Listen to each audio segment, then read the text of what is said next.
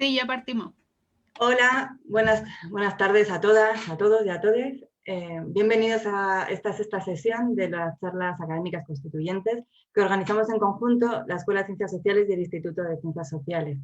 Esta primera semana, pues, por receso para muchas, no para todas, pero para muchas sí, vamos a empezar con una sesión que lleva por título Estado Plurinacional, Género, Igualdad y Diversidad.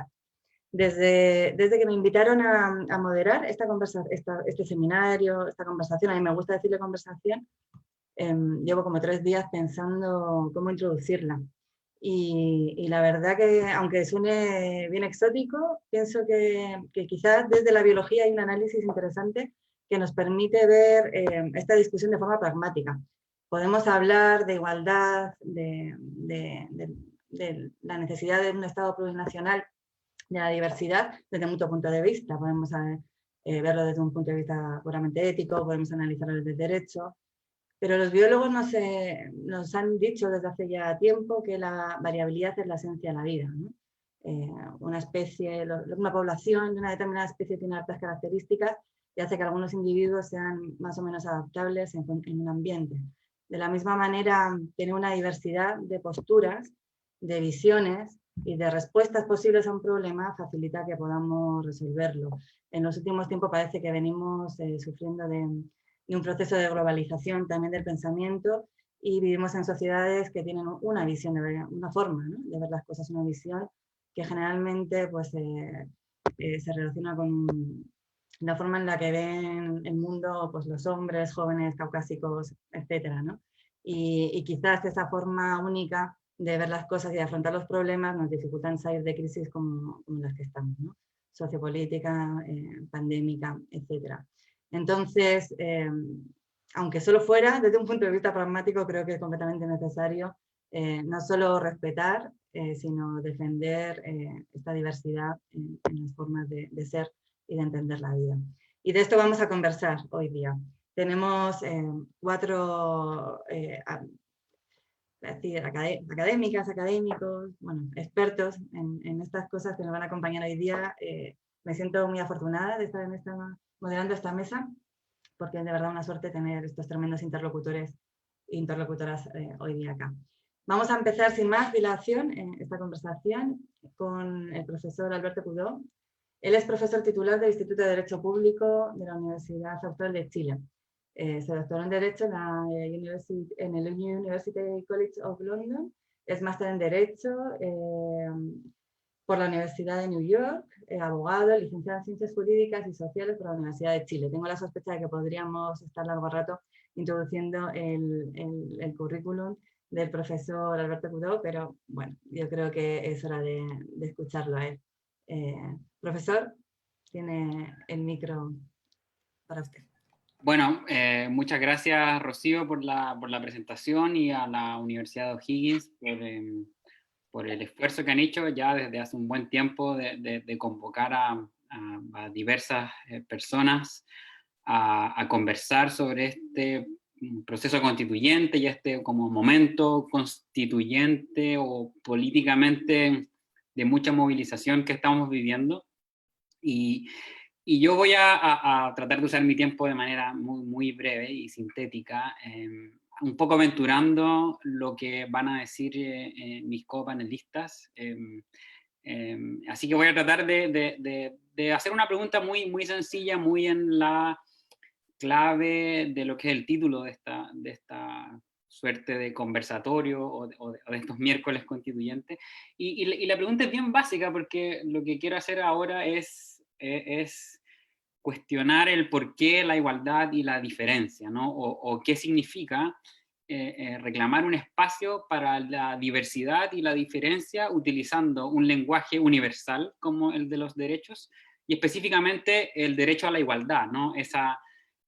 La majestuosa igualdad del derecho, o de la igualdad, la majestuosa igualdad ante la ley que criticaba, por ejemplo, Anatole France, ¿no? Que hacía que tanto el rico como al pobre les estuviera prohibido dormir debajo del puente. Es decir, ¿qué significa demandarle al Estado que supone la consolidación entonces del pensamiento universal y abstracto, como diríamos en clave hegeliana, ¿no? El Estado como la consolidación del pensamiento universal. ¿Qué supone eso, no? Demandarle al Estado que supone que en teoría debe tratar ciegamente a las personas, y hoy en día podríamos decir de manera cada vez más automatizada, ¿no? Hoy en día todos los bonos o los beneficios sociales se gestionan algorítmicamente, ya ni siquiera a través de seres humanos. ¿Qué significa en ese lenguaje y demandarle a ese Estado, a un Estado universal y automatizado, ¿no? De hoy en día, un reconocimiento especial de la diversidad y la diferencia, que son un poco estos vectores de los que estamos hablando hoy en día, ¿no? Del género, de la condición, ¿no? De migrante, etcétera, ¿no? O de otro tipo de identidades o de identidades subordinadas, grupos desaventajados, categorías protegidas, etcétera, ¿no? Y aquí voy a hacer 3 cuestiones muy cortitas. Voy a hablar de ciertas premisas o puntos de partida, voy a hablar de voy a plantear una paradoja, voy a hablar de diversos problemas que nos pueden ayudar a comprender esa paradoja, y después voy a tratar de hacerme la pregunta de por qué, a pesar de todos estos paradojas y problemas, se sigue reclamando mayor diversidad y mayor reconocimiento de la diferencia en este lenguaje universal, y sobre todo o articulándose en clave de una demanda a través del derecho a la igualdad ante la ley. Entonces yo creo que hay que partir hablando un poco de la política económica de los derechos hoy en día, que está tan de moda hablar de la política económica de todo, ¿no? Y yo creo que habría que decir que los derechos en principio son significantes, ¿no? Que tienen diversas formas, que no están resueltas, ¿no? Que varían en el tiempo y en las diversas culturas, pero que además podríamos decir vienen influenciados por otros vectores de poder, que son los que en el fondo determinan muchas veces las posiciones de las identidades en cualquier sociedad, ¿no? Dependen de la clase, dependen del color de piel, dependen del género, etc., ¿no? Entonces, yo quisiera plantear esta paradoja, y para eso voy a ocupar algunas palabras de Wendy Brown, que hace un comentario a este texto al texto más importante que creo yo trata esta como problema, ¿no? Que es el de Marx, ¿cierto? Sobre la cuestión judía, de cómo reclamar, ¿no? O sea, de la problemática de cómo reclamar un tratamiento especial en este lenguaje universal, ¿no? Y la paradoja se podría plantear así, es decir, que si bien la eficacia política de los derechos depende de factores, y aquí estoy citando, con un alto grado de especificidad histórica y social, los derechos operan como un discurso político de lo general, de lo genérico y de lo universal. Y digo esto además por una cuestión histórica, porque en general la riqueza de los movimientos sociales que muchas veces realizan estas demandas en clave de derechos, parece perderse cuando la riqueza de esos movimientos parece perderse cuando se conquistan las libertades, y sobre todo cuando se institucionalizan, ¿no? Cuando podríamos decir se trata de poner en palabras lo que se intentó al librar las luchas, ¿no? Es decir, hay una frase de Nietzsche que es bien famosa y que utilizan varios como críticos del derecho, que dice, las libertades dejan de serlo, las libertades liberales dejan de serlo cuando se conquistan, o una vez que se conquistan, ¿no? Yo creo que ahora estoy leyendo un libro de la biógrafa de Ruth Bader Ginsburg, de Jill Lepore, que es una columnista del New Yorker que es demasiado buena y tiene una historia de Estados Unidos que se llama Estas Verdades. Y es bien bonito porque ella como que un poco habla, por ejemplo, de las primeras sufragistas en Estados Unidos, que a finales del siglo XIX demandaban esta idea de esta Equal Rights Amendment, ¿no? Esta idea de incorporar a la Constitución estadounidense una cláusula que dijera, que reconociera el sexo, ¿no? Como categoría protegida. Y toda esa potencia de ese movimiento sufragista finales del siglo XIX fue rápidamente perdiéndose cuando llegaba la hora de tratar de traducir eso en libertades institucionalizadas. Y ahí están, por ejemplo, los primeros discursos de las sufragistas en las convenciones partidarias o en las grandes como caucus de los partidos estadounidenses, que eran abiertamente, por ejemplo, supremacistas blancas, ¿no? Dejaban fuera, por ejemplo, toda la lucha de las mujeres afroamericanas que habían hecho causa común, por ejemplo, con varias de las primeras sufragistas, ¿no? Lo mismo podríamos decir en Estados Unidos, es como la triste historia, ¿no? de la enmienda 14 o del fallo del Brown versus Board of Education, ¿no? Entonces, yo, solo para plantear la paradoja, y aquí, repito, voy a volver a citar a Wendy Brown, es decir, y aquí esto como va a ser una pregunta quizás que voy a dejar para las panelistas que vienen acá, es decir, si las demandas actuales por derechos, específicamente por más derechos humanos o por derechos humanos que reconozcan la diferencia en clave de la igualdad ante la ley, si las demandas actuales por derechos se despliegan para proteger identidades históricas y contextualmente contingentes, y aquí voy a de nuevo utilizar las palabras de Wendy Brown, será que la relación entre el idioma universal de los derechos, por una parte, y la contingencia de las identidades protegidas puede ser tal que el primero actúa desapercibidamente, resubordinando al renaturalizar las identidades que se pretendía emancipar al articularlas. Esa sería como la formulación como contemporánea, podríamos decir, de la paradoja de Marx en clave hoy en día. Yo creo que hay diversos problemas prácticos, y aquí esto lo estoy, como son cosas que yo estudiando a partir del estudio del derecho comparado de la antidiscriminación, que creo yo nos pueden ayudar a entender esta paradoja. Entonces, yo voy a hablar de 4 problemas y después voy a decir por qué, a pesar de estos problemas, se sigue demandando el reconocimiento de la diversidad en clave de igualdad, ¿no? En clave del derecho humano a la igualdad ante la ley, podríamos decir. Entonces, el primer problema es la despolitización de las identidades, ¿no? O sea, y aquí voy a decir algo que es demasiado obvio para los abogados, pero quizás no es tan obvio para otras disciplinas, es que el derecho se lleva mal con la riqueza de la vida social, ¿no? Porque el derecho necesita categorías relativamente claras, objetivas y fáciles de comprender en términos excluyentes, ¿no? Es decir, de ahí que la universalidad de los derechos humanos parezca fácil de aplicar, pero sin embargo, cuando se empiezan a meter, por ejemplo, estas categorías protegidas, ¿no? Cuando se dice, no, el derecho prohíbe la distinción en base a estas categorías, usualmente se pierde, y que son además categorías que reconocen, ¿no?, la existencia de grupos sociales, no siempre, pero en la mayoría de los casos, usualmente se pierde la riqueza que existe al interior de los grupos, ¿no? Cuestión que históricamente ha complicado a los sistemas jurídicos, ¿no? Entonces, podríamos decir que este primer problema supone que para juridificar esas categorías protegidas hay un costo de despolitizar, podríamos decir, ¿no? De olvidar cuánta diferencia política, ¿no?, políticamente relevante existe entre una mujer, ¿no?, gerente de un banco y otra que vive de los beneficios sociales del Estado para mantenerse a flote. Entonces esa es la primera cuestión, ¿no? Una cuestión que ha sido relativamente muy estudiada en los estudios críticos, podríamos decir, del derecho. La segunda es la fragmentación de identidades, ¿no? Es decir, si la lucha clásica por la justicia social suponía generar lazos de solidaridad entre los diferentes vectores de opresión, entonces la institucionalización, podríamos decir, de los grupos sociales en el derecho supone en el fondo o tiene el peligro, ¿no?, de olvidar la existencia de una causa de opresión común, ¿no? Es decir, la negación de la supuesta solidaridad que se requiere para lograr, podríamos decir, la verdadera justicia social, ¿no?, en clave, por ejemplo, marxista más tradicional, ¿no? Entonces, ello se ve en la necesidad de luchas distintas, ¿no? Unos por el género, otros por la raza, otros por los derechos de los migrantes, ¿no?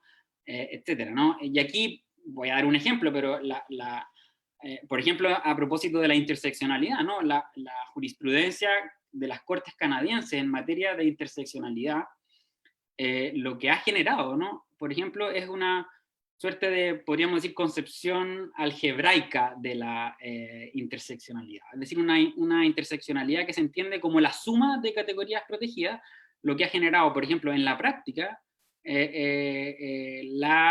o sea, un aumento de la carga probatoria, ¿no? Yo tengo que probar que fui discriminada por ser mujer, por ser migrante, por tener una discapacidad, ¿no? Entonces, podríamos decir que ya hay o sea, que el reconocer diferentes categorías protegidas ha generado también un problema de fragmentación. En tercer lugar, un problema de jerarquización, que es algo que es bien obvio, por ejemplo, en algunos sistemas jurídicos, como el caso estadounidense, pero también en el caso del derecho antidiscriminatorio de la Unión Europea, sobre todo a partir de 2 directivas que son fundantes del derecho antidiscriminatorio europeo de comienzos de los años 2000, que supone la jerarquización de categorías protegidas, ¿no? Es decir, la inclusión de listas de categorías protegidas, usualmente listas cerradas, ¿no?, como en el caso de la Unión Europea, en las cláusulas de igualdad, fue poco a poco entonces generando una suerte de lucha por ganar el espacio, podríamos decir, social suficiente para generar atención en desmedro de otras, ¿no? Es decir, el caso emblemático, podríamos decir, Estados Unidos, ¿no?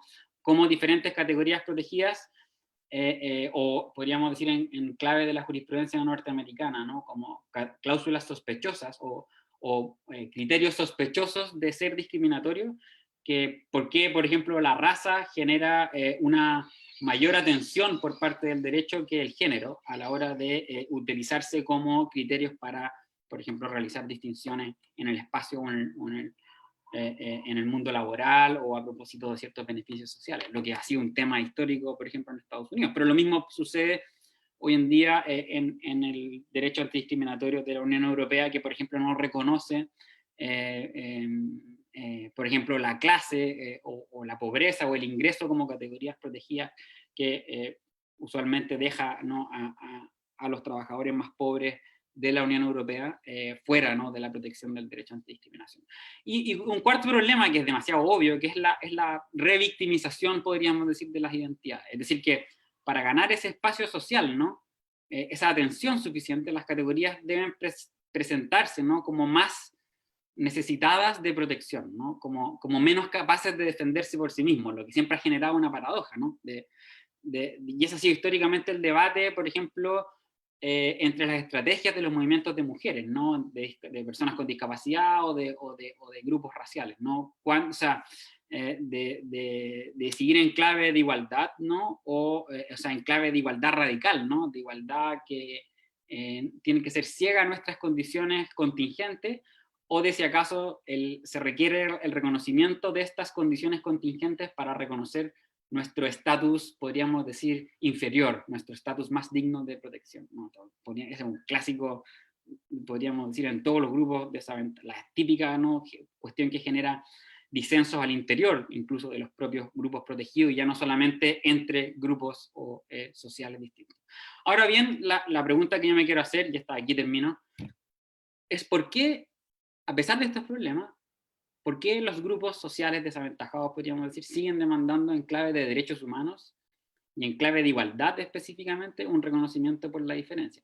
Y aquí voy a decir dos cuestiones. Una respuesta que es histórica a esto es que es una cuestión reciente. Esto es algo relativamente reciente en la historia del constitucionalismo liberal, ¿no? Si uno ve, por ejemplo, qué pasó con las cláusulas de igualdad en los 200 años de historia republicana en América Latina, desde la Constitución de Haití, ¿no?, de 1805, que no, ya en las primeras décadas del siglo XIX ya todas las constituciones en América Latina incluían cláusulas de igualdad. Pero, sin embargo, en ningún sentido esas cláusulas de igualdad supusieron una ruptura, ¿no?, con la estratificación, podríamos decir, colonial, ¿no?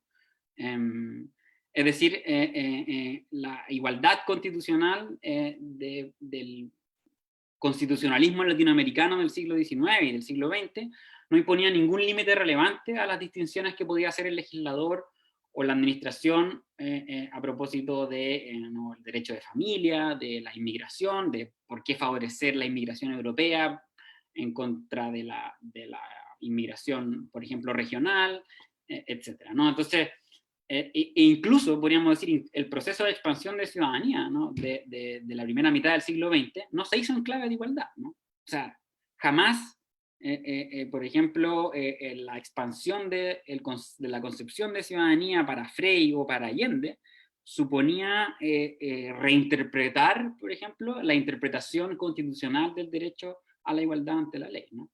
En ningún sentido, ¿no? Se hizo, o sea, no se tocó en lo más mínimo, ¿no?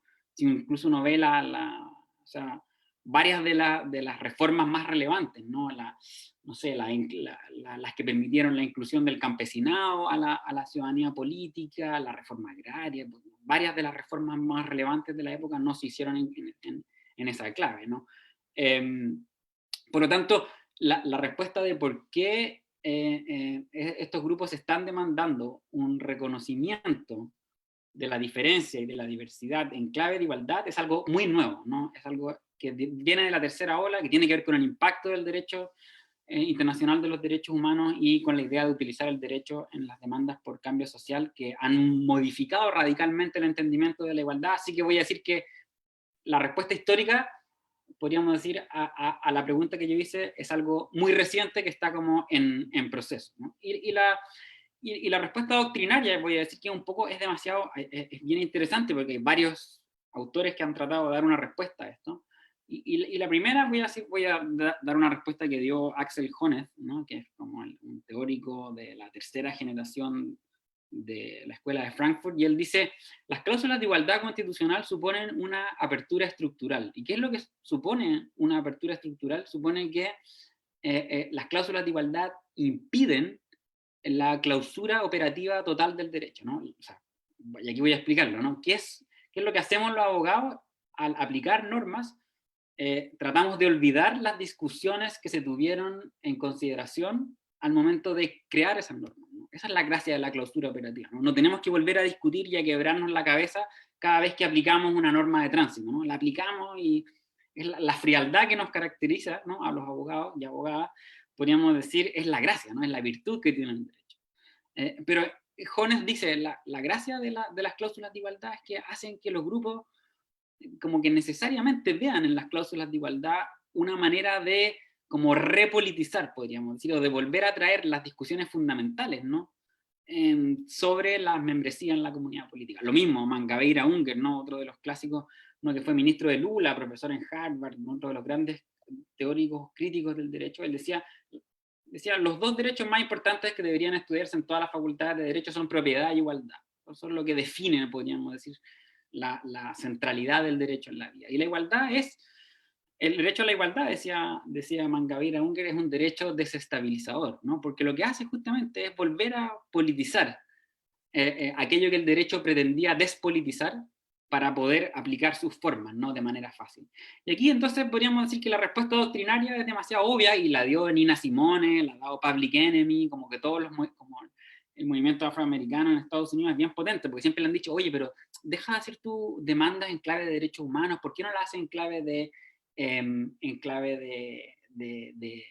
de necesidades? ¿Por qué no le das otra onda, ¿no? ¿Por qué no le das una vuelta de tuerca a tus necesidades? Bueno, y lo que dice Nina Simone, por ejemplo, en una canción que es notable, que se llama Mississippi Goddamn Blues, y dice, bueno, yo lo único que quiero es esta igualdad y algo de sentido común, ¿no? Lo mismo dice Public Enemy, ¿no? Dice, yo quiero esta igualdad, en una canción bien famosa de Public Enemy, dice como The Power of Equality, ¿no? Y ellos dicen algo así como, bueno, como a qué otra cláusula, ¿no? De sentido común, que es justamente en clave de igualdad relacional voy a recurrir si no es en clave de igualdad. Así que eso voy a tratar de plantear para las próximas panelistas. Gracias. Muchas gracias, Pablo, por esta interesante presentación y por llevar nuestro foco atencional a estas paradojas, porque generalmente las paradojas hay harta información y nos ayudan, entenderlas nos ayudan, ¿no? También a entender a su vez las cuestiones sobre las que estamos conversando hoy día. Nuestra siguiente panelista es la doctora Yanira Zúñiga. Ella es profesora titular del Instituto de Derecho Público de la Universidad Austral de Chile, doctora en Derecho por la Universidad Carlos III de Madrid. Fue investigadora postdoctoral en el Polo Sagesse del laboratorio, perdón por la pésima pronunciación de todas estas siglas, del top CNRS de la Université de Toulouse, en Francia, licenciada en Ciencias Jurídicas por la Universidad Austral de Chile.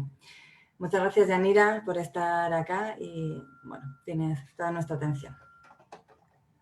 Bueno, muchísimas gracias por la invitación. Yo voy a compartir pantalla para,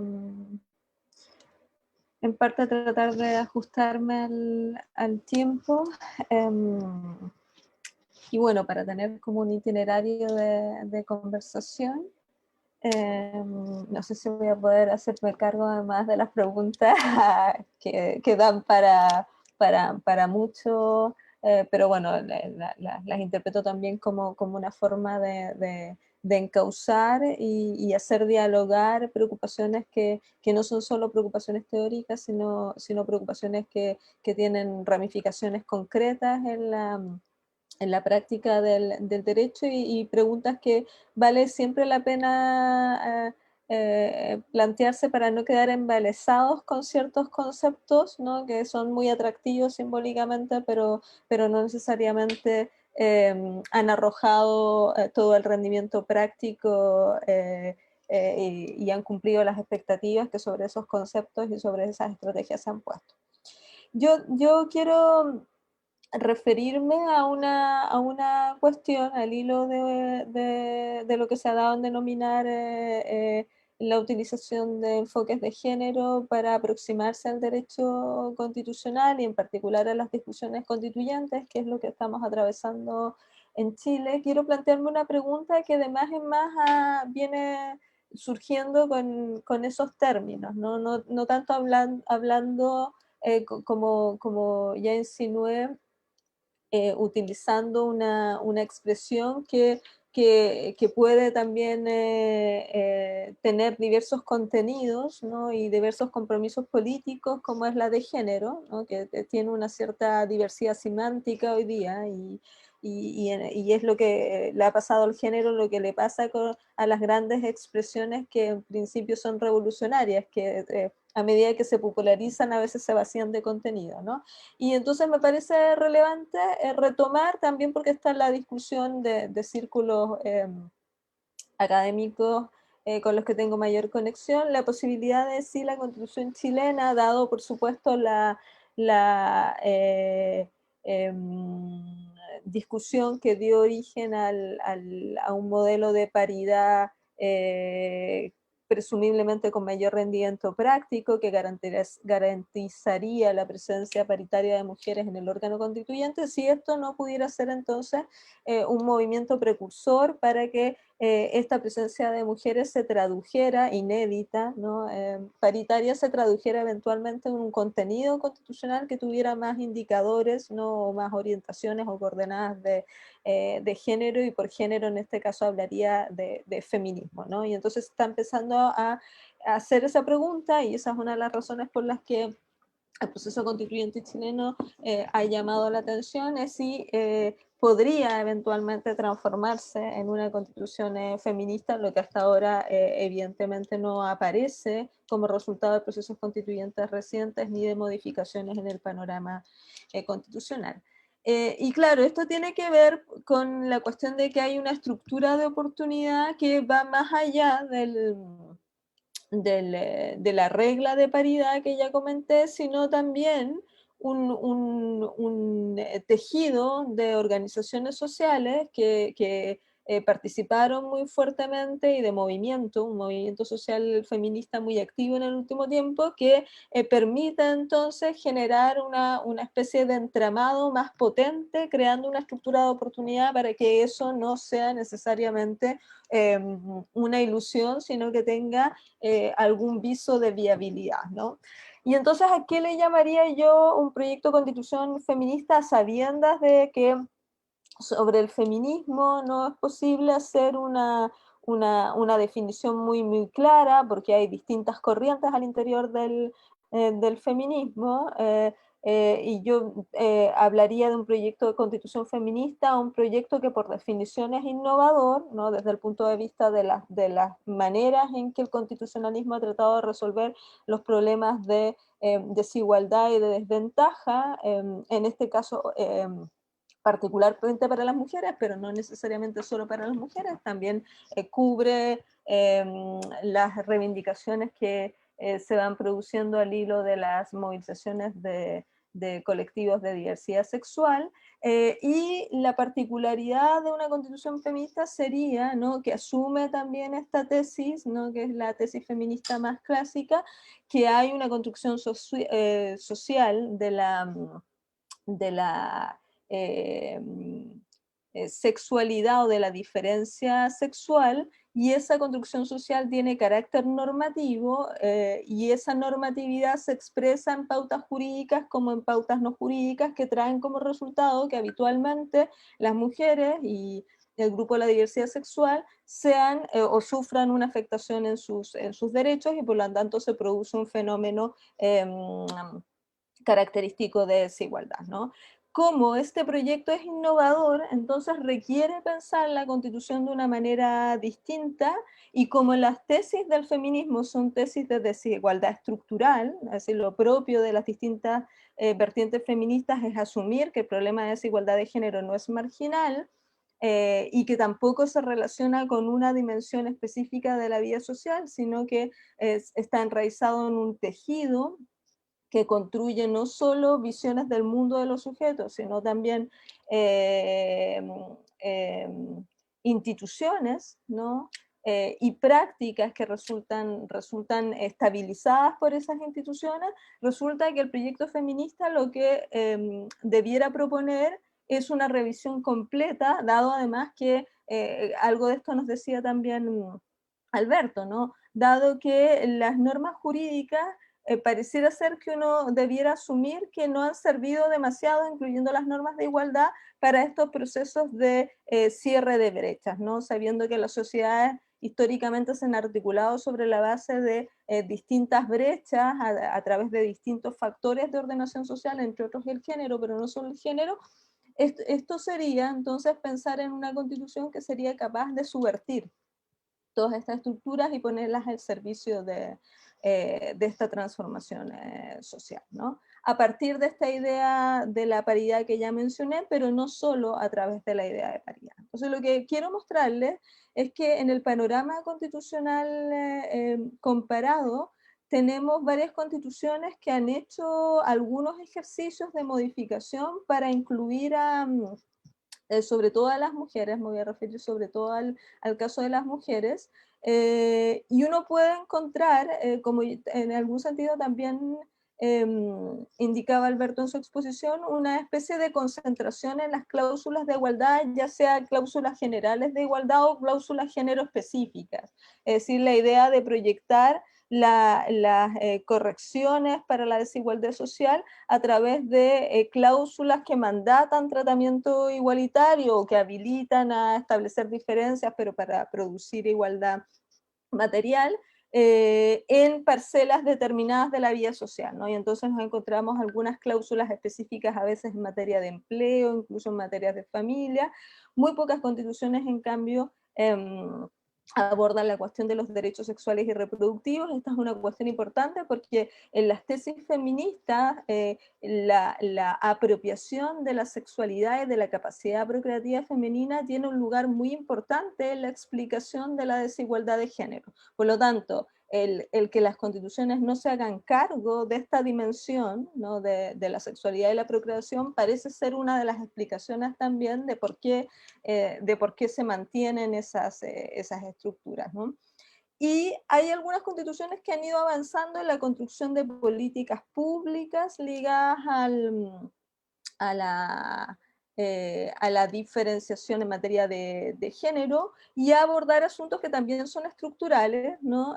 Como las cuestiones de cuidado, que es otra de las materias que aparecen muy tematizadas en el pensamiento feminista, pero generalmente son disposiciones dispersas, no muchas de ellas están articuladas luego por la vía de un aterrizaje con normas complementarias, y donde ha habido una mayor proliferación de cláusulas, pero no necesariamente traducidas luego en garantías específicas, y en América Latina en particular con una estrategia muy clara, no tanto a la prevención del fenómeno de la violencia, sino más bien a su criminalización, son las cláusulas que han ido apareciendo en algunas constituciones que establecen un derecho a vivir una vida libre de violencia o establecen algunas garantías en materia o prohibiciones en materia de violencia. Entonces, para ir cerrando, yo soy de las que creen, para decir algo respecto de los problemas que planteaba muy bien Alberto, que las cuestiones de desigualdad son parte de la vida social y que las sociedades tienen una especie de pulsión que tiene que ver con la estructuración de lógicas diferenciadas de poder en torno a mantenerse aferrados a ciertos precisamente factores o vectores de esta desigualdad, dentro de los cuales está el género, ¿no? Como son estructurantes, los movimientos que se producen o avances normativos inmediatamente generan resistencia, porque en esto yo siempre soy muy Foucaultiana, ¿no? El poder no se desvanece, no se va a otro lugar, se metamorfosea, ¿no? Y se entreteje con otras estructuras. Y entonces el fenómeno del backlash, como aparece tratado en varios textos de constitucionalismo, es el pan cotidiano de los trabajos y de los avances en materia de igualdad, no solo en el plano del género, sino también en otras materias. Y entonces de lo que se trata, y ahí estaría de acuerdo con Alberto y yo, pareciera ser que una estrategia que se concentre solo en los derechos y en las cláusulas de igualdad es una estrategia que es permeable a ese backlash, porque esas mismas derechos y cláusulas de igualdad han sido concebidos históricamente con sesgos. En este caso, en el caso de las cuestiones de género, con sesgo de género, es decir, se piensan, por ejemplo, las cláusulas de igualdad muy fuertemente como igualdad formal, no necesariamente como igualdad material, y cuando se piensa como igualdad material, esa igualdad supone siempre trato y no necesariamente estatus, ¿no? Las cláusulas de derechos siguen muy apegadas, o en nuestro pensamiento sobre los derechos, a lógicas individualistas, en circunstancias que buena parte de la manera en que las mujeres concebimos el mundo y luego nos insertamos en las estructuras sociales, es una manera más bien asociada a la interdependencia o a las lógicas del cuidado, y entonces estos derechos concebidos egoístamente no sirven como instrumento muy poderoso para avanzar hacia lógicas que vayan desarraigando este tipo de desigualdades. Habría que pensar los derechos más bien en una clave de interdependencia, y toda la práctica jurídica ha ido en el otro sentido, ¿no? Y entonces no basta solo con la cláusula, hay que repensar la institución, y repensar la institución es repensar varios siglos de tradición, por lo tanto hay inercias, ¿no? Y además nos enfrentamos a problemas de cómo estos derechos en nivel de garantías funcionan muy asociados a las cuestiones relativas al poder. Y claro, ha habido una concentración muy dirigida hacia las cuestiones de derechos, se ha dejado de lado la discusión sobre el poder, ¿no? Quizás el constitucionalista latinoamericano que lo ha dicho y es el más citado en esta materia es Roberto Gargarella, con su metáfora de la sala de máquinas, y al entonces poner entre paréntesis las cuestiones de poder, nos encontramos con cierta frecuencia con cláusulas que tienen por supuesto un valor simbólico, porque lo que hacen es decir que esos grupos son parte del pacto social, ¿no? En términos de su reconocimiento de los textos constitucionales, pero que se operacionalizan muy poco al no tener la garantía entonces de la distribución del poder y de las políticas públicas, ¿no? Y entonces ahí tenemos, si pensáramos en una constitución feminista en Chile, tendríamos, para ir terminando, que pensar todo esto como un entramado en el que se requerirían distintas estrategias para abordar desde el lenguaje, que ha sido una preocupación feminista clásica, ¿no? ¿Cómo hacemos que nuestro lenguaje, y por definición también el lenguaje jurídico, que es un lenguaje normativo estructurante, reconozca entonces la presencia de las mujeres y de otros grupos, este lenguaje, como que también recordaba Alberto, que tiende a uniformar, que tiende a estandarizar y que funciona siempre en una clave que neutraliza, ¿no? De hecho, mucho el problema del funcionamiento de las cláusulas de igualdad es que vuelven a neutralizar a esos grupos, ya no se habla de las mujeres ni de las, pensemos en la paridad, se habla de paridad de sexo o de género, ya no se nombra siquiera a las mujeres. Entonces las normas jurídicas suelen tener, o la práctica jurídica, una pulsión para ir vaciando eh, de contenido emancipador, los procesos políticos de movilización política que han estado detrás de la instalación de esas cláusulas. ¿Y cómo hacemos? Y con esto terminaría entonces, que la agencia de las mujeres se traslade en un proceso que pueda estabilizar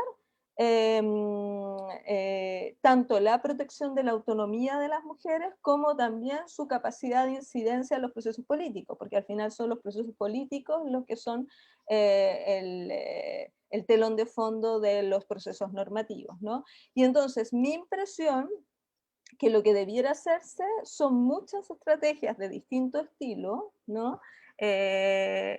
que permitan garantizar, por supuesto, derechos, pues los derechos tienen un contenido simbólico y por algo son demandados por los movimientos sociales intuitivamente, pero al mismo tiempo estabilizar formas de participación en democracias que son democracias complejas, porque son democracias grandes, con muchos procesos, la política se expande a muchos terrenos y entonces a las democracias a grandes escalas les sirve mucho que los individuos solo participemos de vez en cuando, pero a los individuos que forman parte de esos grupos desventajados les sirve poco participar de vez en cuando, ¿no? Entonces ahí hay una tensión inherente. Entonces, lo que yo diría es que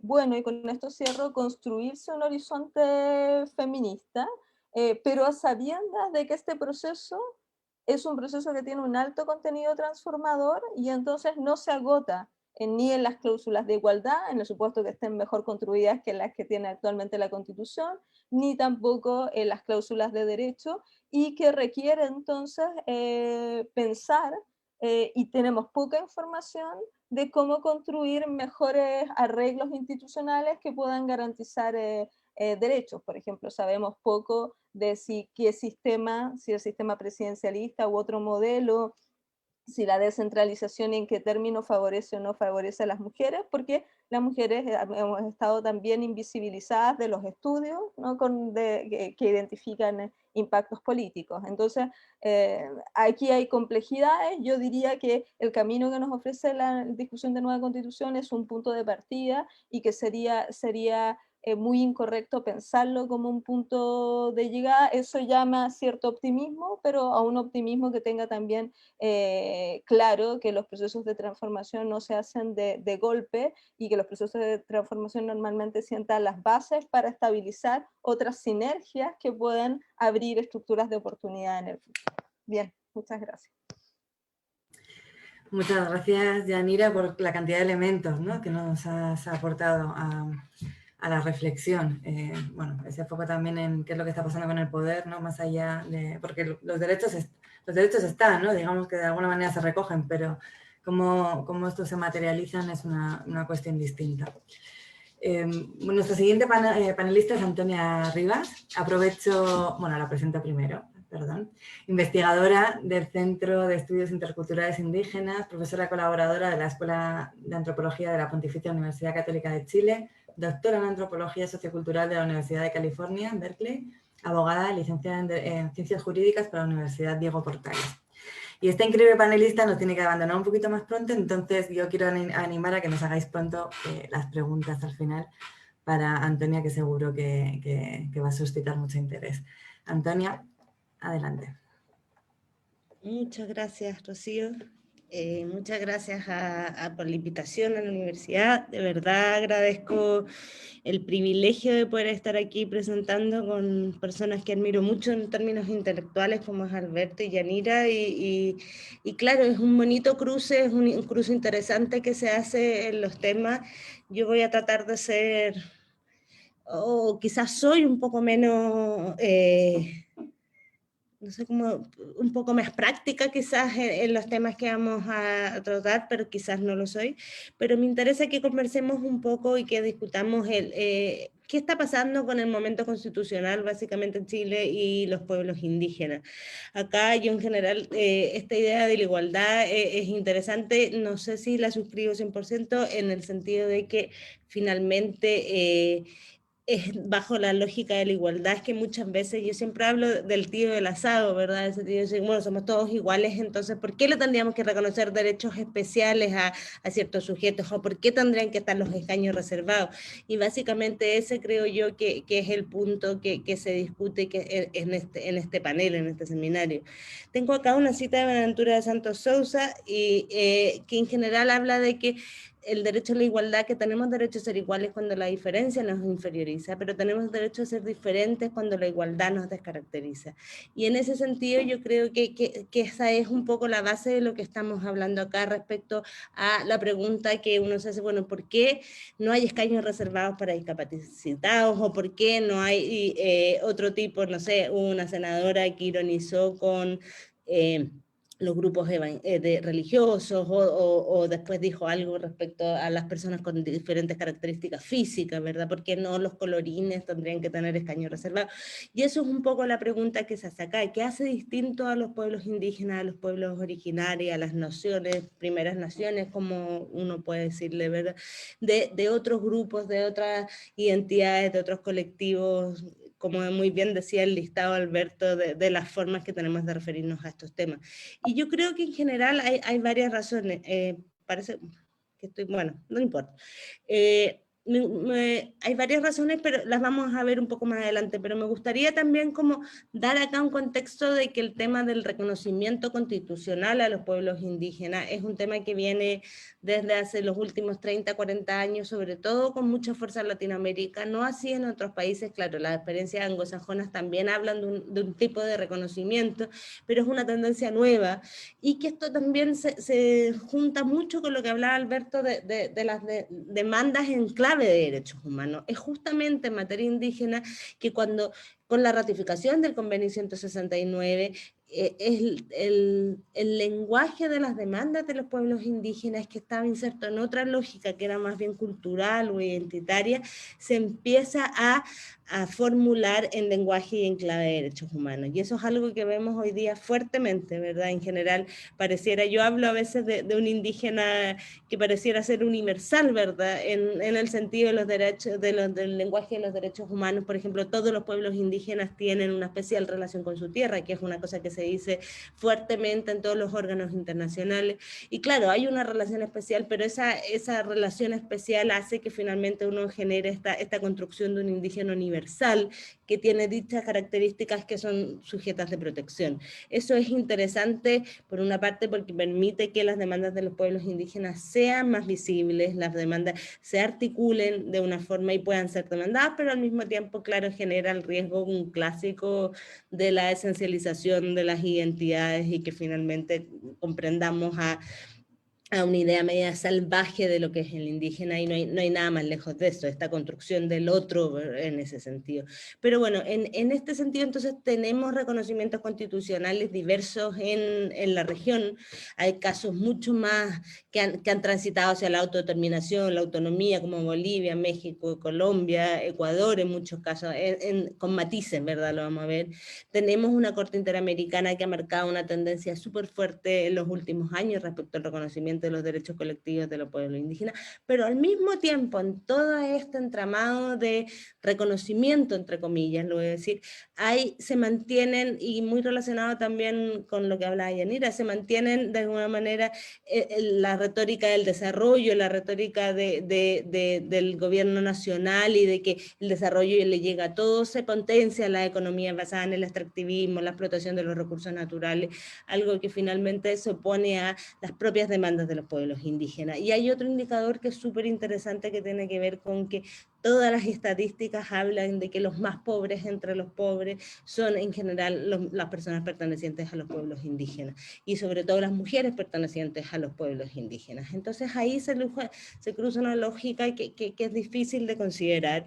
Y por otro lado, sobre todo en Chile, ¿verdad? Lo que no pasa en otros países de la región, hay una importante migración de las personas de los pueblos indígenas a las ciudades, y eso hace que toda la lógica, por ejemplo, que vamos a ir viendo ahora de protección del medio ambiente, reconocimiento de las tierras, qué significa un poco este reconocimiento de los pueblos indígenas, tenga que ser repensada también cuando uno tiene que más del 60% de la población que se autoidentifica como indígena vive en las ciudades. Entonces, ¿cómo repensamos esta idea? No se pierde la indigeneidad, ¿verdad? No se pierde ser indígena por vivir en las ciudades, pero sin duda que hay un replanteamiento y una forma distinta de mirar esa identidad.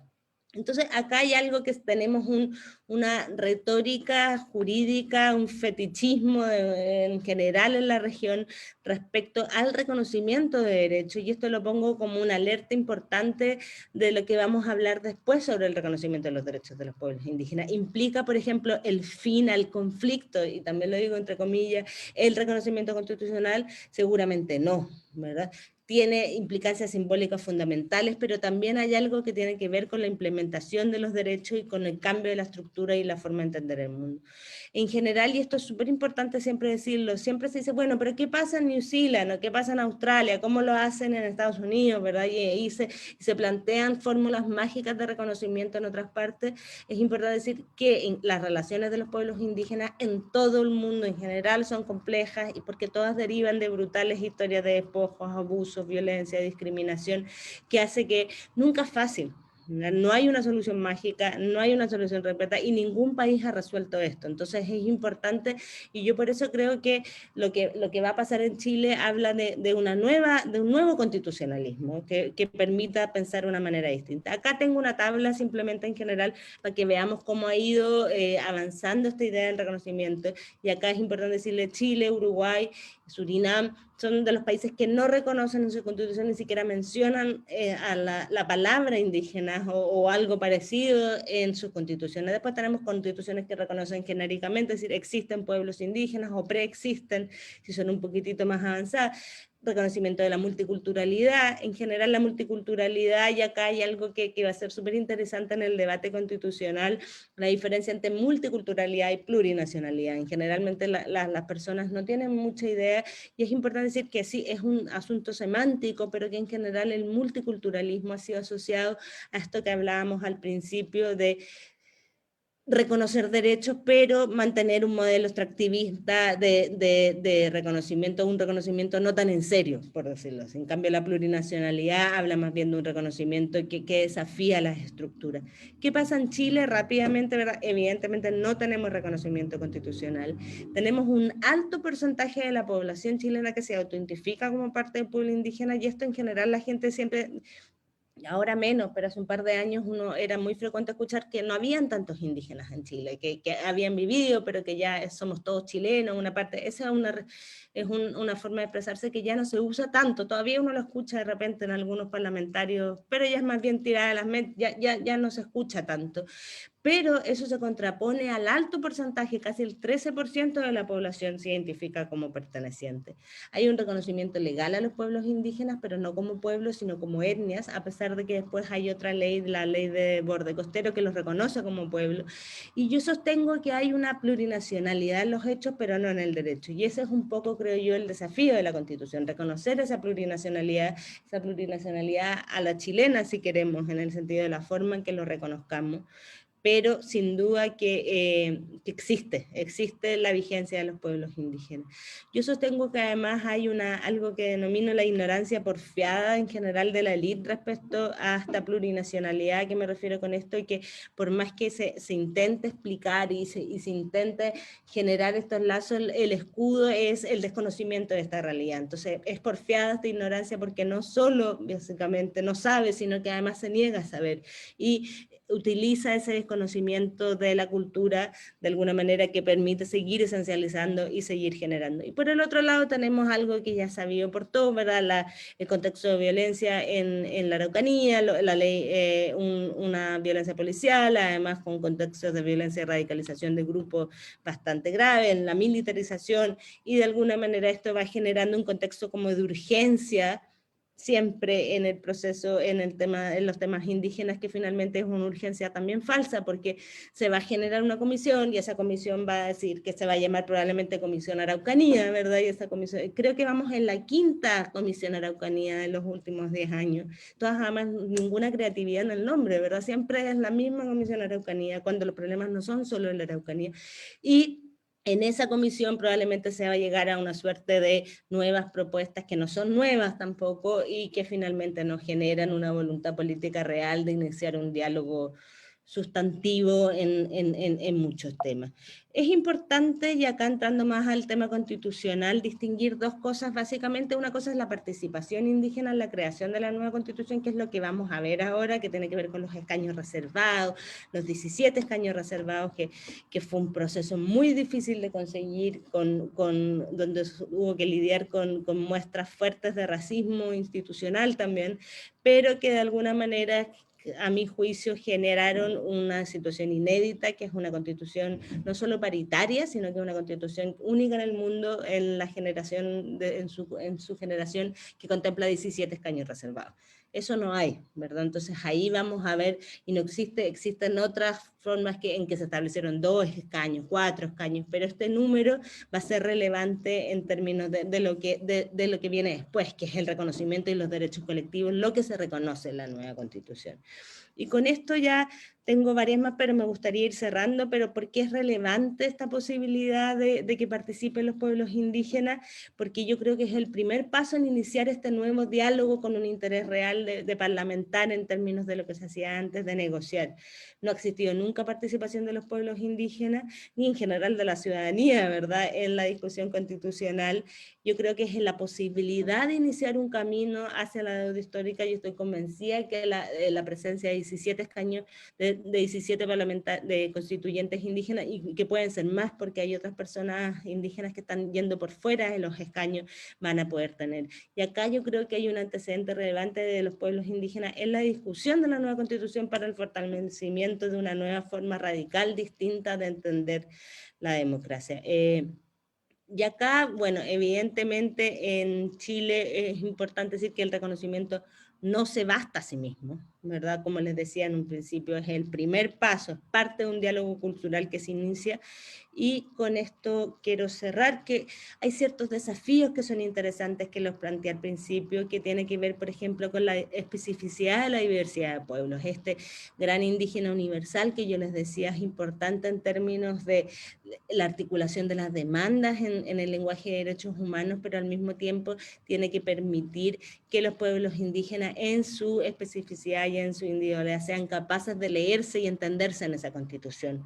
Es importante también reconocer a los pueblos indígenas su agencia, su capacidad como actores políticos relevantes, y yo creo que eso se va a mostrar ahora en términos de generar un bloque político con el cual se va a tener que llegar a acuerdos, ¿verdad? Y eso es interesante. Ahora, ojo con esto que digo, que me retracto también en el sentido de que los pueblos indígenas no pertenecen en sí mismos a un partido político o a una tendencia, y eso también es algo interesante, por ejemplo, en la discusión de los escaños, no, es que van a ganar escaños en la izquierda, va a ganar escaños en la derecha. En general, los pueblos indígenas, al igual que el pueblo chileno, que los otros pueblos que integran esto, también son diversos. Entonces yo creo que esto entonces, y por último, entender a lo indígena como parte del mestizaje, parte de la nación que somos, y no entenderlo anclado siempre a lo rural, anclado al pasado histórico que nos constituye, sino entenderlo como parte de una afirmación moderno, por decirlo así, o una afirmación del Chile que se viene. Y esto nos va a permitir repensar el sistema político desde nuevas ópticas, no desde un Estado unitario homogéneo, pensar los derechos colectivos, también no solo los derechos colectivos indígenas, sino los derechos colectivos en general. Yo creo que también ahí va a haber un aporte relevante desde los pueblos indígenas. El conflicto actual en ese sentido no se va a resolver por el mero hecho de tener un reconocimiento constitucional, tampoco se va a resolver con la militarización, pero yo sí creo que la presencia de los constituyentes indígenas y la posibilidad de reconocer la plurinacionalidad va a implicar al menos un paso importante en una capacidad real de diálogo y en general una política a largo plazo de reparación, de justicia, de verdad y finalmente que permita la convivencia de los pueblos en este país. Con eso termino y muchas gracias. Muchísimas gracias, Antonio, por ampliarnos también este horizonte, ¿no?, en la reflexión. Quiero animar a todos y todas, todos los que nos están escuchando a que hagan sus preguntas por Facebook. Ya me están haciendo llegar algunas, pero eso, ojalá no se quede nadie con ganas de hacer una pregunta en voz alta, ¿no?, y poder sumarse a la conversación. Para cerrar este increíble panel que hemos tenido hoy, tenemos a Martina Cociña. Ella es docente de la Escuela de Ciencias Sociales de nuestra universidad, la Universidad de O'Higgins, doctora en Derecho y Ciencia Política por la Universidad de Barcelona, máster en Criminología, Política Criminal y Sociología Jurídica Penal por la Universidad de Barcelona, abogada licenciada en Ciencias Jurídicas y Sociales por la Universidad de Chile. Martina, como siempre, un gusto tenerte acá y tienes nuestra atención. Gracias, Rocío. Muy buenas tardes a todas y a todos. En primer lugar, me gustaría agradecer justamente la invitación, tanto de la universidad, de quienes han organizado justamente este conversatorio y también de los otros panelistas, gran parte de lo que plantearon. También bastante coincidente justamente cuando comenzamos a discutir y a reflexionar sobre el proceso constituyente y la migración. Para preparar un poco la ponencia, la gran interrogante que me planteé fue, ¿es relevante que en la Constitución Política de la República de Chile, de manera explícita, estén reconocidos los migrantes? Sí, no, y en torno a qué no. Justamente esta interrogante me surgió porque a partir de lo que está ocurriendo en el norte estas últimas semanas, que ha generado gran presión mediática justamente en la zona de Colchane por un ingreso o por paso irregular de migrantes, vemos que muchas veces en términos de normativa se consagran determinados derechos, tanto a nivel de legislación nacional y tratados internacionales suscritos, donde se encuentran consagrados garantías esenciales, pero luego en la praxis una y otra vez estos son vulnerables. Entonces, un poco con lo que también nos planteaba Antonia, ¿no? Si bien discutir esto es esencial porque tenemos que tener este piso mínimo del cual partir, de la premisa normativa que nos garantice este piso esencial. Luego también es importante que justamente exista una preocupación, no solamente en términos de discurso, sino también en términos de políticas públicas y de presupuesto que se invierta en integración social, cultural, económica y política de la migración. Porque justamente cuando hablamos de movilidad humana, creo que es una de las ideas principales que tenemos que tener presente, que como nos plantea el filósofo Javier de Luca, la inmigración es una red política, ¿no? Una cuestión política, y en torno a eso, más allá de preguntarnos el aporte respecto de la migración como tal, es importante entender cómo entendemos la comunidad. Porque justamente lo que nos abre este proceso constituyente es qué comunidad y qué mundo construido de manera conjunta queremos establecer a futuro. Entonces, teniendo justamente esta discusión que es mucho más profunda, creo que es importante dar cuenta de qué manera se reconocen, ¿no? No solamente en términos de regulación, sino también en términos de quién compone esta comunidad, ¿no? Al respecto, la literatura ha dado varias como opciones, ¿no? Algunos asumen que la ciudadanía necesariamente tiene que basarse la nacionalidad como es la constitución actual que nos rige en Chile. Mientras gran parte de la literatura que es crítica en torno a esto señala que es necesario establecer una noción amplia en cuanto a la pertenencia, porque justamente el vínculo no se establece en cuanto más bien a la nacionalidad, sino por el hecho de habitar en este mundo. Entonces, si nosotros en general analizamos la Constitución, no vamos a encontrar ningún artículo ni disposición que detalle respecto de la migración. Por lo mismo, cuando vemos cómo se refiere, es más bien extranjero, y justamente es para el ejercicio de determinados derechos como derechos políticos, que en ese sentido los limita y establece que tienen que tener 5 años de residencia, ¿no? Entonces, justamente es importante entender que cuando nosotros hablamos de la necesidad de reconocer a Chile como una nación o un país que vaya mucho más allá de una configuración de Estado-nación restringida, y sino una idea amplia y intercultural, es fundamental entonces ampliar esta idea y entender que los migrantes tienen que ser reconocidos como sujetos políticos. Y en ese sentido es importante también justamente lo que nos hablaba de esta capacidad de agencia, ¿no? Este agente activo, más allá de víctimas y de garantizarles derechos por la situación de vulnerabilidad, que también es importante, el reconocimiento tiene que ir en torno a su calidad de persona. Justamente cuando nosotros empezamos a analizar de qué manera el Estado de Chile ha abordado la movilidad humana, nos damos cuenta que en general, más bien, en este ámbito lo que rige es la política de la no política, ¿no? La que nos habla Carolina Stefoni, donde dice, el Estado en general de Chile no se ha hecho cargo un poco de lo que implica el ingreso de otras personas y de justamente todas sus demandas. Y lo que ha ocurrido últimamente es un poco una política que más bien una y otra vez insiste en la criminalización, ¿no? Eso se ve bastante de manera manifiesta justamente lo que ocurre en el norte con la frontera, donde tenemos una crisis humanitaria como es de Venezuela, justamente, donde se ha reconocido tanto a nivel internacional y a nivel de administración por parte de las principales autoridades de nuestro país, pero luego se cierran todas las vías institucionales justamente para este ingreso irregular, ¿no? Estableciendo visas que luego en casi el 80% no son entregadas y denegando de manera de facto el refugio. Entonces, justamente creo que siempre es esencial tener en cuenta eso, ¿no? La necesidad de consagrarlo a nivel normativo, pero también luego que tengan una traducción en la práctica. ¿Para qué, o sea, de qué manera se logra justamente esta posibilidad, ¿no? Cambiando la discusión y entendiendo que en términos de legitimidad, todas las personas que habitamos en este territorio tenemos la posibilidad y el derecho de decidir respecto a la forma en que queremos vivir y que queremos crear un futuro, ¿no? Entonces, en ese sentido, trayendo otra cita de Luca, dice que es importante dejar de lado esta falacia de un mestizaje feliz. No, es complejo.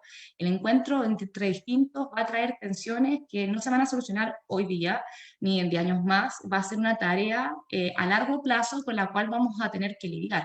Pero por eso no tenemos que justamente renunciar por el hecho de esta complejidad en términos de la tarea, ¿no? Entonces, ¿qué tenemos justamente en términos normativos? Que no existe mayor abordaje, si bien se regula a nivel como legal, es desde una mirada muy restrictiva y también parcial respecto de la migración, ¿no?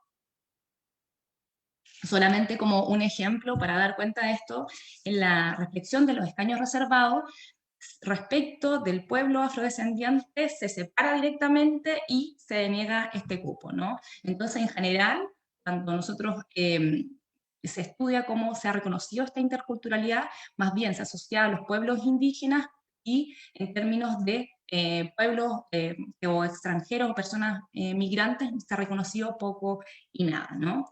Entonces, en ese sentido, es importante que cuando pensemos en esta construcción de un mundo en común, sea fundamental rechazar la aculturación, el multiculturalismo y promover un diálogo entre los diversos, ¿no?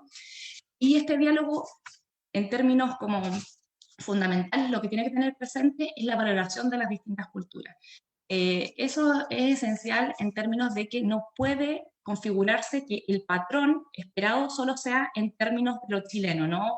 Justamente hoy en día estaba llevando una investigación sobre derechos sexuales y reproductivos de las mujeres migrantes en Rancagua, y uno de los como resultados preliminares es que termina analizándose el comportamiento de las extranjeras a partir justamente del comportamiento deseado y construido desde los chilenos. Entonces, esto también tiene como fundamento esta idea falsa de homogeneidad de nuestra nación, ¿no? Que una y otra vez se recalca cuando viene justamente un extranjero que representa esta alteridad y cada vez en extremos, ¿no? Entonces, por eso es importante también poder como visualizar cómo a nivel comparado y en la región se ha abordado esta temática. Justamente podemos tener el caso de Ecuador, de Bolivia, donde hay un reconocimiento mucho más amplio y que tiene que ver con la idea justamente de entender como un país intercultural, ¿no? Es fundamental que lo reconozca de manera explícita, entonces, partiendo un poco con la primera interrogante que inicié justamente esta conversación, y sí sería importante justamente por el hecho de que si consideramos la relevancia que tiene la Carta Fundamental, entrega este piso para que luego otras normativas de menor rango que se establecen en las políticas públicas siempre consideren este espíritu con el cual la Constitución está consagrada, ¿no? No solamente porque éticamente es lo más adecuado, ¿no? En términos de democracia, y entender que en esta democracia, en esta construcción, deberíamos caber todos, ¿no? En este proceso constituyente que es histórico, no puede ser que un 7,8% de la población, que hoy en día constituyen los migrantes, queden excluidos, ¿no? Entonces, ¿cómo justamente reconocerlo? Justamente desde la idea de una concepción de derechos, donde la noción de ciudadanía sea amplia y que se reflexione sobre este construir en conjunto. De manera que no solamente se quede en términos simbólicos de normativa, sino que luego se consagre, ¿no? Esta consagración de derechos fundamentales, que fue otra de las ideas que planteó Yanira, ¿no? Entonces, justamente para como ir cerrando, es un poco lo que nos plantea Hannah Arendt, ¿no? No puede ser que a nivel contemporáneo siga existiendo que no haya posibilidad de encontrar un hogar, ¿no? Desde que el mundo y la humanidad existe, las personas siempre se han movilizado por uno u otro factor u otro motivo, ¿no? Pero lo que hoy en día, a nivel contemporáneo, resulta llamativo es que no pueden encontrar un hogar, ¿no? Entonces, justamente, un poco lo que dejo así como para discusión es también repensar la institucionalidad que nos permita entender de manera amplia, donde exista un diálogo entre iguales, no como infantilizando ni desde una perspectiva victimizadora, y siempre justamente de este enfoque de derechos humanos, donde dejemos de lado la criminalización de la movilidad, el racismo y la instrumentalización de quienes se desplazan hoy en día. Muchas gracias. Muchas gracias, Martina. Vamos a abrir entonces una ronda de preguntas. Yo quiero ejemplificar un poquito lo que voy a decir ahora, haciendo uso del poder que me da el ser moderadora de esta mesa. Y un poco decir que me llama la atención dos cosas desde un análisis objetivo. He tratado como de escuchar lo que decíais de la forma más objetiva posible, como si no supiera nada del mundo, ¿no? Analizándolo con frialdad. Me llama la atención dos cosas y las dejo aquí rebotando por si alguna de vosotras quiere al final retomarlo. Primero es la confusión que hay entre lo que son características de las personas, características identitarias, que puede ser el género, que puede ser la raza, que puede ser de dónde viene, que pueden ser infinitas, con la igualdad de derechos, ¿no? Que tendrá que ver los derechos con las características identitarias de una persona si se supone que la ley garantiza la igualdad de todos nosotros, nosotras, nosotres, ¿no? Porque hay una confusión entre el derecho y la diferenciación de las personas en base a múltiples características. Y junto a esto, llama la atención sobre algo que habéis dicho vosotros de varias maneras. Tengo la sensación de que pasa lo mismo que cuando hablamos de la violencia de género, que seguimos poniendo el foco en la violentada y en la víctima y la sacamos del violentador y del que ejerce esa violencia, ¿no? Seguimos un poquito en este tipo de discusiones enfocados en el que es discriminado, sin embargo la discriminación la ejerce alguien. O sea, la víctima discriminada no tiene mucho que hacer si el que ejerce la discriminación es el que tiene el poder. Y después de haber hecho uso de este poder y de haberme tomado la libertad de decidir un poquito cuál es el contexto de las preguntas, voy con las preguntas, ¿vale? La primera es para Alberto, que nos dice,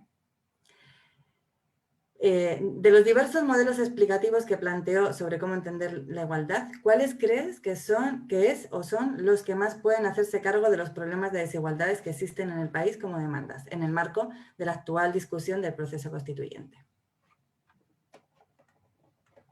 Oye, Rocío, pero no sé si quiere hacer la pregunta a Antonia, que tiene que...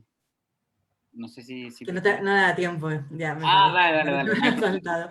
Muchas gracias, Antonia, bueno, por estar vale, conmigo. Yo les doy las gracias a todos, muchas gracias y los dejo en excelentes manos. Que les vaya muy bien. Gracias. Muy bien, Antonia, muchas gracias.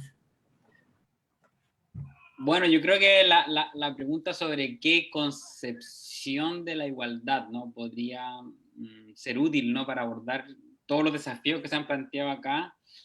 Yo diría que una concepción de igualdad que sea sustantiva, evidentemente. Una concepción como rica en contenidos. Y en ese sentido, yo creo que lo más interesante es cómo son las propias, ¿no?, movilizaciones, usualmente, las que van llenando de contenido a esto que conocemos como la cláusula, ¿no?, vacía de la igualdad, que muchas veces se dice, ¿no?, de que es una cláusula que se va llenando a través de la práctica, ¿no?, de cierto contenido.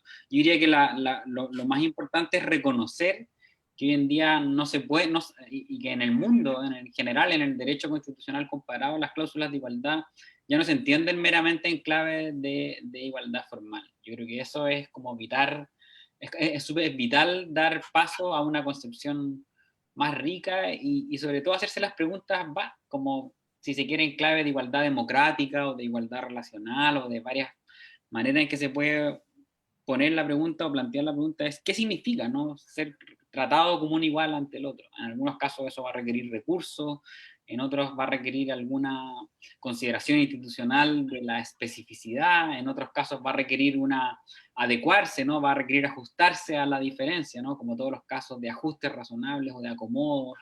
Yo creo que hay que ser bien flexible y si tuviera que seguir un modelo como constitucional específico, si me pusieras como ya, dime al tiro qué constitución seguir o qué cláusula constitucional de igualdad podría ser interesante de seguir, me parece que la cláusula de la sección 15 del catálogo de derechos y libertades de la Constitución canadiense es bien interesante, porque un poco lo que hace es decir que esta como formalidad y aplicación imparcial del derecho a nivel vertical, ¿no? Es decir, del Estado a los ciudadanos, no puede reproducir ni podríamos decir, ni patrocinar o reforzar las desigualdades sociales que generan vectores de poder diferentes. Yo diría que esa sería la clave, ¿no? Y el modo en que se ha entendido esa cláusula de igualdad en la Constitución canadiense, sobre todo por parte de la jurisprudencia de la Corte Suprema canadiense, es muy interesante justamente por eso, ¿no?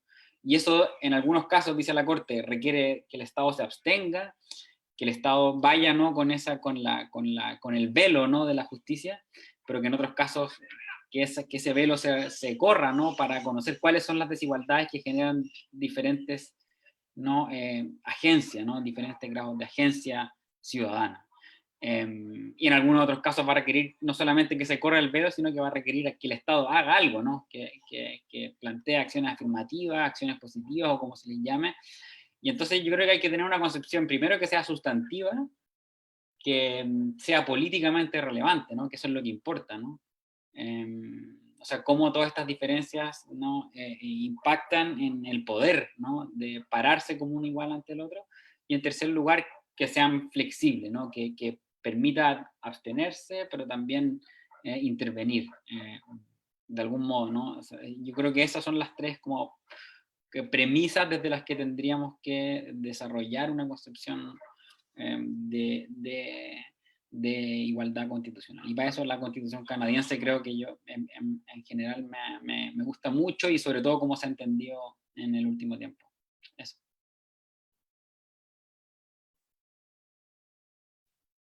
Creo que está Rocío, creo que hay que nos escucha. Sí, ahí sí. Esto se está convirtiendo ya en un clásico de dar jugo.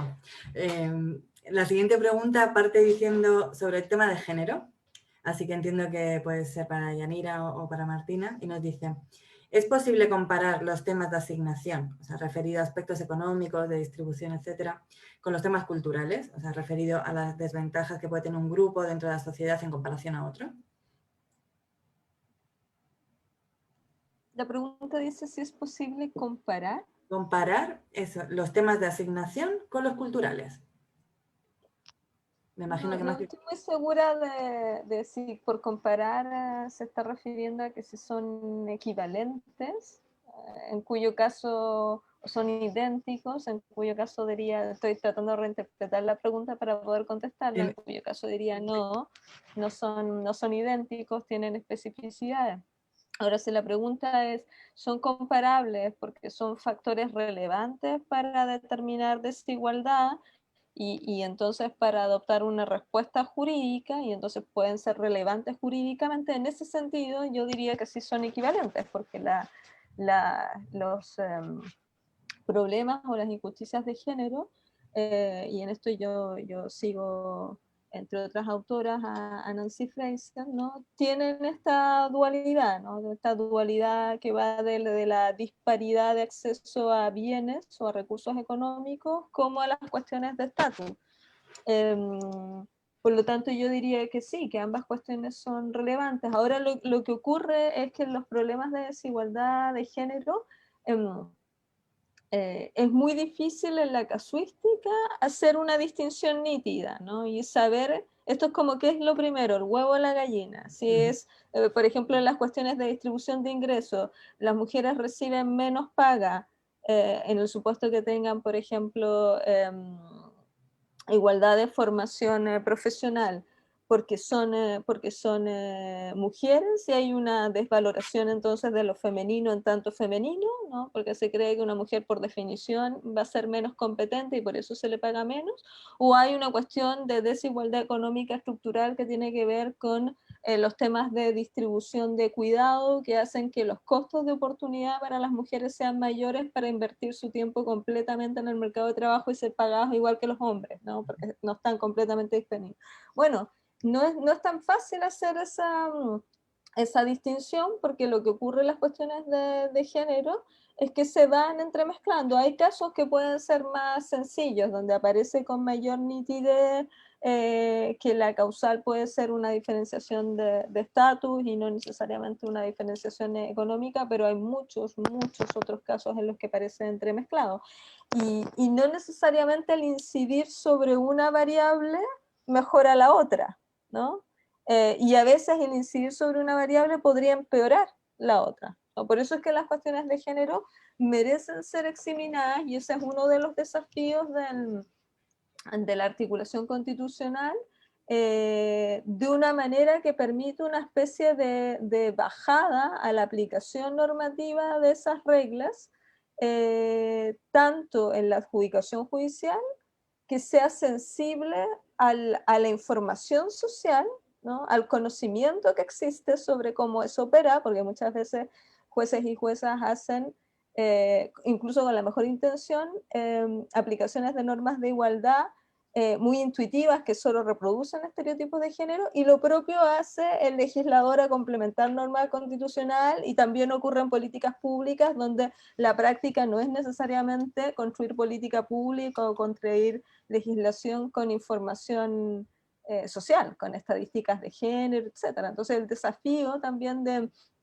eficacia de cláusulas constitucionales, ya sea que vayan en el sentido que trataba Alberto, ya sea que tengan reglas específicas, género específicas pensadas para las mujeres, que prohíban desigualdades o que permitan hacer acciones afirmativas, es que luego al llevarlas a las prácticas, al complementarlas, al aplicarlas judicialmente, no pierden sentido porque se vuelven presa de los mismos estereotipos y de las mismas prejuicios que tienen los aplicadores y los ejecutores de esas normativas. Así que eso es lo que yo me atrevería a decir, y siento mucho si no interpreté bien la pregunta.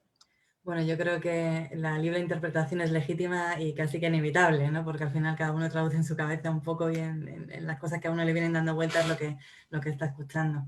Un poco, me parece muy interesante lo que dice Yanira, porque hay muchas cosas, bueno, la ciencia está plagada de ejemplos de esto, ¿no? En los que uno piensa que algo es intuitivamente parece que no puede ser de otra manera, pero luego en la praxis los datos nos dicen otras cosas, ¿no? Y creo que puede estar pasando esto, ¿no? Que hay muchas medidas que se implantan, pero luego, cuyo efecto no se valora bien, y al final nos quedamos sin saber muy bien qué funciona, qué no funciona, y en ese sentido el análisis comparado podría dar muchas respuestas, ¿no? Y también sumar un punto de pragmatismo a estas cosas, ¿no? Que a veces queda muy desde el sentido común, es una opinión personal.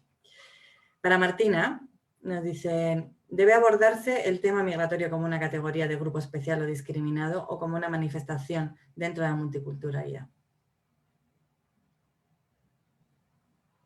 Gracias. Eso justamente, esa interrogante, es una de las grandes discusiones que hay entre las personas que llevan bastante tiempo, y de qué manera tiene que reconocerse, ¿no? Justamente cuando hablamos de interculturalidad, es unir las luchas o directamente hacerlo de manera específica. En general, yo creo que no existe una respuesta unívoca, certera, pero es importante la discusión y el reconocimiento como a nivel constitucional, justamente para que no termine que cada gobierno que llega justamente al poder cambie y no establezcamos este piso mínimo. Entonces, en ese sentido, justamente es relevante cuando hablamos de que constituye una parte importante de la población, también de reconocer cuáles son también sus demandas, porque finalmente Cuando hablamos de lo migratorio también hablamos en general de todo, ¿no? De todos estos factores que terminan uniéndose, donde el género, la clase socioeconómica, la etnia, una y otra vez van sumándose, y es lo que nos plantea la interseccionalidad, ¿no? Una discriminación que termina incidiendo de manera importante y que respecto de estas personas es de manera como mucho más radical. Justamente más allá de hacer la diferenciación como tal, es importante que a nivel constitucional el Estado de Chile reconozca el derecho a migrar. Sería un gran avance, por lo menos un horizonte en términos políticos, ¿no? Justamente esta esperanza, este rayito de luz. Es complejo, ¿no? También pensar que se puede lograr, pero entender que el desplazarse es parte de un fenómeno sociocultural y comprenderlo desde una nación bastante amplia, ¿no? Y justamente luego, en términos de políticas públicas, visualizarlo de esa manera, ¿no? Más allá de si lo distinguimos entre los indígenas o de respecto de otros grupos, ¿no? Gracias, Martina. Mira, teníamos una pregunta para, claramente, es sobre Estado plurinacional y pueblos originarios, pero la voy a plantear igual, aunque hayamos perdido a nuestra experta por el camino, porque creo que seguramente es igual interesante abordarla. Nos decían, en relación al Estado plurinacional, ¿qué rol juega el concepto de propiedad privada y su noción según cada cultura? ¿Es posible llegar a un acuerdo que respete las distintas visiones? Porque claro, aquí está la gracia, la discusión, ¿no? Que son perspectivas muy distintas sobre cosas tan centrales como la propiedad privada. ¿Qué pensáis? Bueno, yo voy a aventurar una respuesta muy jurídica quizás, pero la jurisprudencia de la Corte Interamericana de Derechos Humanos relativa a pueblos indígenas que citó Antonia en su presentación ha sido elaborada en base al texto del artículo 21, creo, de la Convención Americana de Derechos Humanos, que garantiza el derecho de propiedad.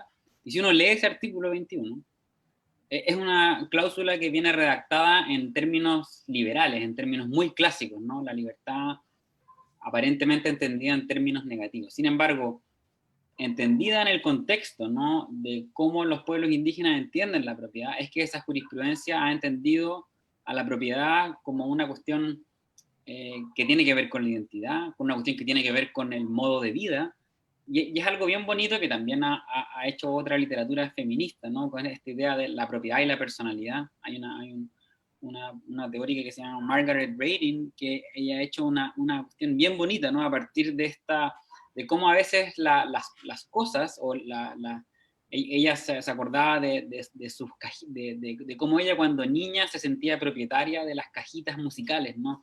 Y de cómo eso desarrolló su identidad o su personalidad, y yo creo que es bien interesante ver esa otra clave, ¿no? Esa quizás una dimensión más positiva y también colectiva que tienen los pueblos indígenas, y eso se ha hecho, al menos jurisprudencialmente, en el sistema interamericano, a partir de una lectura, si se quiere, integrada de la propiedad con otros tipos de derechos, con la autonomía, etcétera, con la libertad de expresión. Ahí hay una construcción quizás un poco más sofisticada que no podemos explicar acá, pero definitivamente la propiedad tiene que dejar de ser entendida como si fuera un derecho natural, ¿no? Cuando todos sabemos que los requisitos, los límites, la institucionalidad supone, ¿no? Como podríamos decir en términos más clásicos, como la constitución de la sociedad civil, del Estado, de registros, etcétera, ¿no? Entonces, yo creo que hay que sacarse esa idea de que la propiedad es un derecho como que existe por fuera de la institucionalidad, pero además sacarse la idea de una propiedad entendida en términos puramente negativos, ¿no? Sino que una propiedad que da lugar a, ahí hay una idea también como que está inscrita en el constitucionalismo popular del siglo XIX, ¿no? La idea de la, quizás no es tan bien entendida hoy en día, pero la idea de la democracia propietaria, es decir, que a veces para pararnos como un igual ante el otro, necesitamos de tener ciertas cosas, tener abrigo, tener un techo, etcétera, ¿no? Entonces es bien interesante, yo creo que esa vuelta de tuerca que se le puede dar a la propiedad, y que la jurisprudencia en materia de pueblos indígenas lo ha demostrado nítidamente en el último tiempo. Un poco quería agregar justamente lo que estaba planteando. Claro, en general cuando se plantea el derecho de propiedad dentro de este debate constitucional, uno tiende un poco a dar cuenta de cómo se está considerado a nivel normativo, ¿no? Y tenemos esta idea bastante individualista dentro de este sistema, pero un poco como nos planteaba, también existen otras nociones que justamente apuntan a cosmovisiones distintas, donde se reconocen de manera más amplia, entendiendo como un derecho colectivo que no está asociado al extractivismo, sino justamente desde lo sagrado y desde no sacarle un provecho. Entonces, un poco creo que también es interesante considerar como otra experiencia. A mí me pasó que justamente cuando estaba estudiando allá en Barcelona, a partir de la crisis que hubo en el 2008, cómo se había reinterpretado el derecho de propiedad era completamente una función social de la propiedad. Y el desalojo, justamente los teóricos así académicos de facultades de derecho llegaban y defendían que la propiedad tenía que considerarse en términos sociales. Entonces, de ahí que si existía un inmueble que no estaba siendo ocupado y personas pernoctando en la noche en la calle, justamente eso era legítimo en torno a que la noción de propiedad era mucho más amplia. Pero claro, tuvo que existir esta experiencia donde personas tuvieron suicidios justamente a partir de la crisis, donde se amplió completamente y de manera mucho más amplia, ¿no? Entonces también creo que es interesante tener en cuenta estas visiones. Yo quería decir una cosa que es complementaria, asumiendo todo lo que se ha dicho y suscribiéndolo, que me parece que una de las cuestiones que está en la discusión sobre las visiones indígenas sobre la propiedad y la interpretación también en la que ha utilizado estas tesis que comentaba Alberto, la Corte Interamericana, no es que se esté discutiendo la cuestión de la propiedad en los términos más clásicos de las disputas de la propiedad, sino que introduce toda la discusión sobre aspectos de control soberano, comunitario, sobre recursos. Entonces estamos en una discusión que necesariamente se construye en otros ejes y que no puede, creo, llevarse a cabo con las mismas categorías de siempre. Y esto no solo supone reconceptualizar la propiedad en los términos que ya han dicho Alberto y Martina, sino pensar cómo hay conceptos auxiliares y categorías auxiliares para estas discusiones que son pertinentes, las de identidad cultural, por supuesto, las de derechos políticos, porque hay cuestiones que dicen relación con la forma en que los pueblos indígenas se vinculan a los territorios que son consideradas como formas de agencia política. Es decir, ahí tenemos un terreno permeable para reconstruir, pero no solo, porque no se trata de que todas las discusiones orbiten sobre la propiedad. De construir la propiedad significa también dejar de pensarla como una categoría central, ¿no? Y por eso me importa asumir que hay otras coordenadas con las que se tiene que trabajar estas cuestiones. Sí, un poco lo que decía la Yanira, como está central, perdón, Rocío, el derecho de propiedad de la Constitución, que finalmente el resguardo del derecho a educación se planteaba como el derecho de propiedad de la matrícula. Entonces, para mí ese ejemplo es bastante paradigmático en torno a la centralidad, bueno, como fue construida la Constitución en términos históricos, pero que aún hoy en día como que se termina resguardando otros derechos justamente a partir de eso, como que también nos da un pie para poder discutirlo, ¿no? Bueno, ese sería también el valor, ¿no? Precisamente de esos cupos reservados, de forzar una discusión un poquito más rica, ¿no? Y no asumir como cosas que son inevitables cuando no lo son, ¿no? Cuando hay infinitas formas de entender algo, por ejemplo, como la propiedad. Estamos ya en el tiempo, pero no quiero cerrar, la verdad, sin hacer una última pregunta que creo que es importante, así que aunque nos pasemos un poquito, me voy a tomar la libertad de hacerla igual. Y es para todas. ¿Cuál es su expectativa de incorporación de estas temáticas ante el actual escenario de candidaturas constituyentes y qué indicaciones específicas quisiera ver en la nueva Constitución?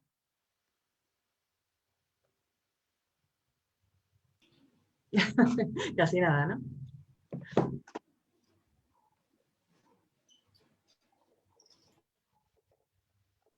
Podemos partir en el mismo orden de intervención.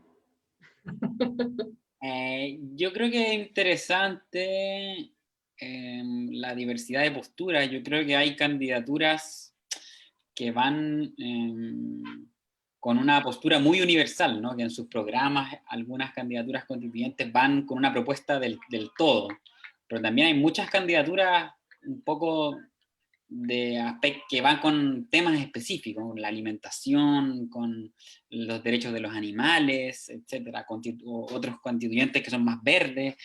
¿Ya? Entonces, yo creo que esa diversidad va a ser interesante, pero también va a haber un punto en el que existe una necesidad también pues de ver cómo esos enfoques específicos permean toda la discusión, ¿no? Y eso creo yo va a ser bien interesante. ¿Y qué indicaciones específicas? Bueno, varias, pero si tuviera que, como por ejemplo, poner las más desafiantes, al menos en clave de lo que estamos discutiendo acá, van a ser evidentemente la cláusula sobre cómo nos definimos como Estado, ¿no? Eso va a ser vital, ¿no? Y quizás va a ser un poco simbólica esa discusión, pero va a permear, porque al final los conceptos en la Constitución, por más simbólicos que parezcan, influyen e impactan en las decisiones institucionales de todos los poderes del Estado. Entonces, yo creo que va a ser todo relevante, ¿no? Cada palabra, cada coma, y eso es raro porque también tiende a generar un concepto como muy juridificado de la Constitución, ¿no? Creer que cada coma que se incluya va a tener un impacto institucional puede quizás como enfriar o asustarnos, ¿no? A entrar en una discusión quizás un poco más profunda, que es la que requieren estos temas, ¿no? Entonces, yo creo que hay una tensión ahí, pero nada, pues la gracia, es primera vez que estamos haciendo algo en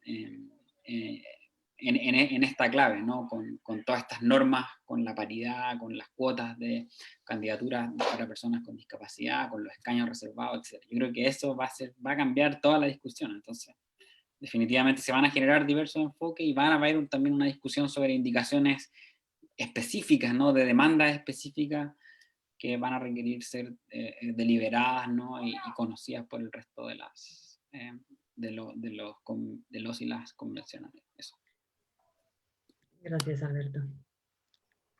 En mi caso yo diría que hay razones, me parece, para asumir que este diálogo que han tenido las organizaciones feministas también con organizaciones territoriales vinculadas a las propuestas sociales y cómo han surgido candidaturas que han combinado esa doble militancia, por supuesto con una expansión también del discurso feminista mucho más potente, no solo en Chile, sino en Latinoamérica, con un movimiento fuerte, ¿no? Presente, protagónico.